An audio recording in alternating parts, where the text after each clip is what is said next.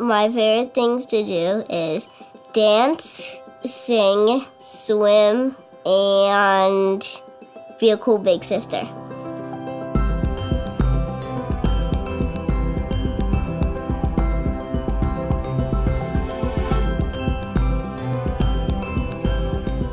I would describe Emily as talkative, outgoing, infectious attitude, never give up personality, mile-wide smile. We just decided to come together and we were going to do the best we can for her.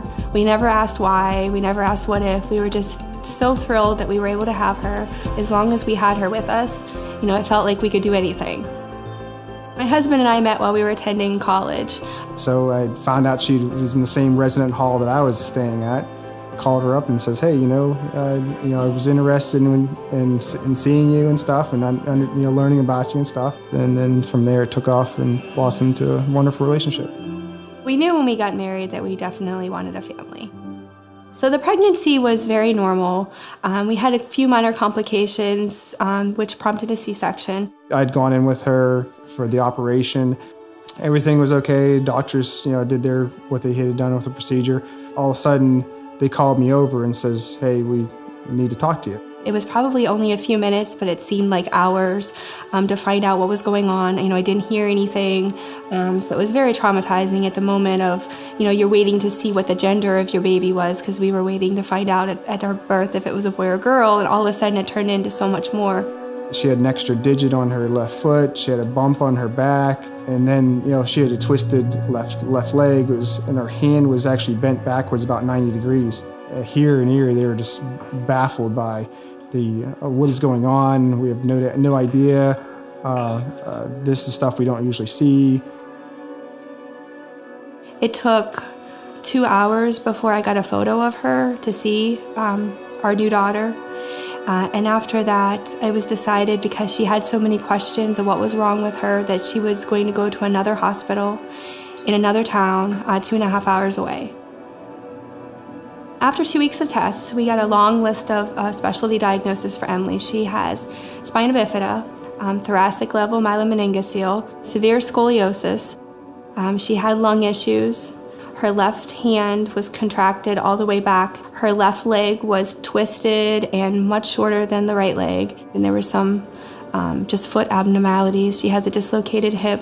She's missing 8 ribs on the left side. And she has Horner syndrome, which caused a lot of initial scare. Her pupils are different sizes. Her eyelid on the left side is affected, and the sweating on her left side is affected. And she actually didn't open up her left eye for the first couple months because of that.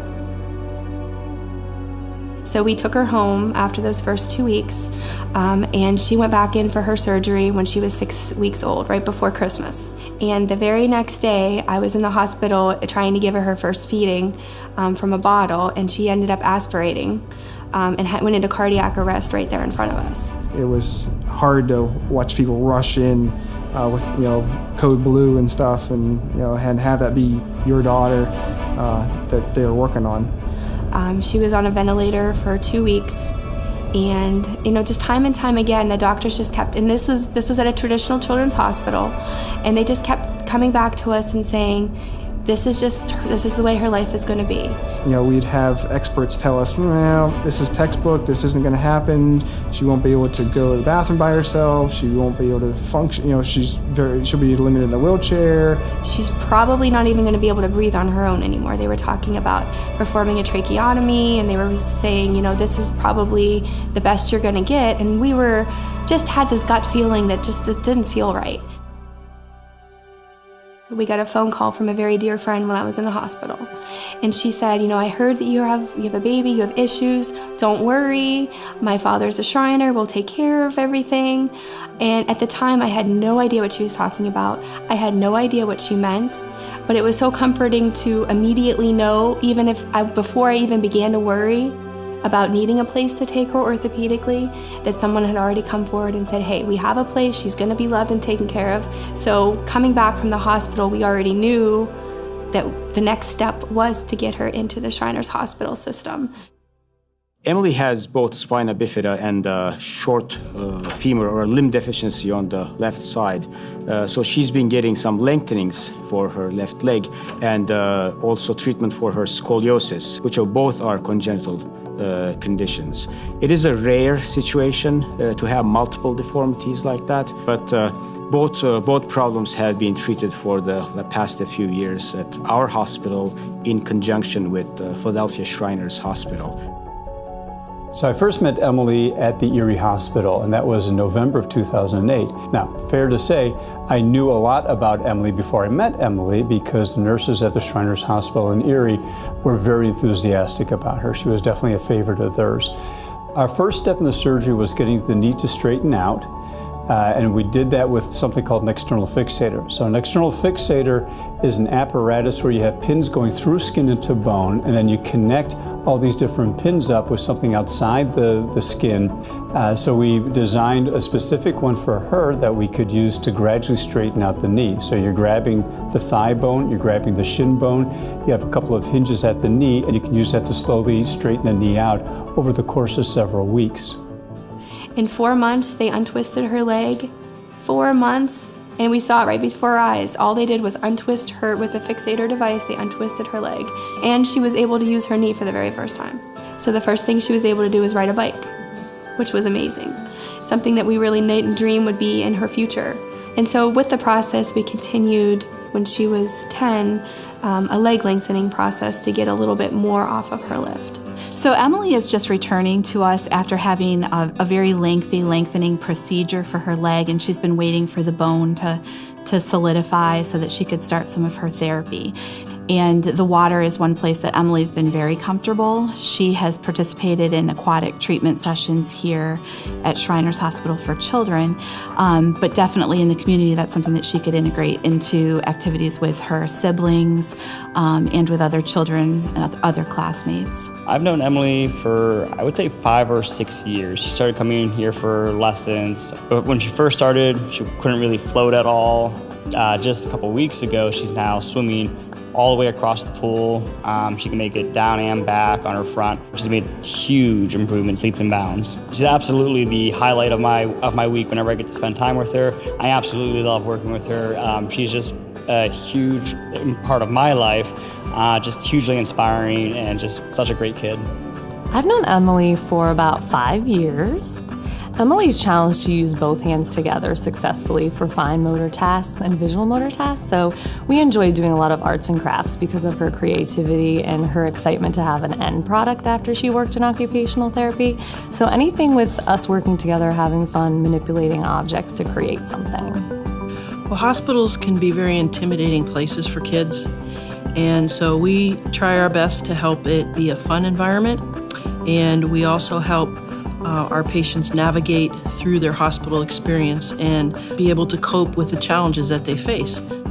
Emily is known not only in the hospital but in the community because she's done so much, and I think that children see her as a role model, see her as someone that can, despite having to get through a lot, can still have fun and give back to other people. She's dynamic in her presence. She has a great sense of humor. She is not afraid to engage with anyone. And she is just always a bright light that has the ability to inspire and give back. And they found a bracelet activity that kind of connects to everybody. Emily was 5 years old. She started realizing what Shriners is really doing for children. And I think she started clicking of, it takes a lot of money to make these things happen, and they provide a lot of services. And so she was very driven by, I want to do something to make a difference myself. So we went out to lunch one day and we said, we're going to come up with a project. I had no idea what it was going to be. And we sat there and she just said, let's make a bracelet. So, the idea was born. I get people together and we have fun. We bead bracelets help me make bracelets for my Beads for Needs. We are beading for my bracelet, for me to sell bracelets. So I'll sell these bracelets at an event I go to. These are the stuff I do to raise money for Shriners. Beads for Needs is important because they helped me, and I wanted to raise money, and this is how I raise money for Shriners Hospital. And doing all these things are very fun too to do. When we started the bracelet making project, we never dreamed that a few plastic beads could bring in so much money. We've estimated about $70,000 the project has brought in. I wanted to give back to Shriners because all those surgeries I know cost about like $1,000, and I just wanted to give back to them because they've helped me and I wanted to help them. So I have some people, they just donate because they understand that Shriners helps kids like me, and that helps them realize that if when they donate, they're also helping more kids like me. Shriners Hospitals for Children put children first. There's not a number, there's not a diagnosis, it is a child. And their motto of love to the rescue is lived every single day by every employee. You feel the love. You feel like you're part of something bigger. Shriners definitely gave us that hope that says this is what she can do, and we will just keep on pushing her to do more and more, whatever she's comfortable with. And trust me, with her personality, she was willing to strive for whatever was thrown her way. Without our experience with Shriners Hospitals for Children, I know without a doubt Emily would not be Emily. Emily would be forced into this box. She would be forced, and I think over time, her light would be dimmer because over and over you were told no, over and over we can't do this. And it would just be every way you would turn, there would be a wall. And with Shriners, there are no walls. There are no limits. Whatever she wants to do, she will do. And they support that 100%, medically, socially. It's just an amazing environment to be in, to see your child can be exactly who she was meant to be. I am thankful that if there was no Shriners, I don't know what all the kids would do, because they're great. They're great people. They're a great society, and I'm just proud to be a ambassador to represent them.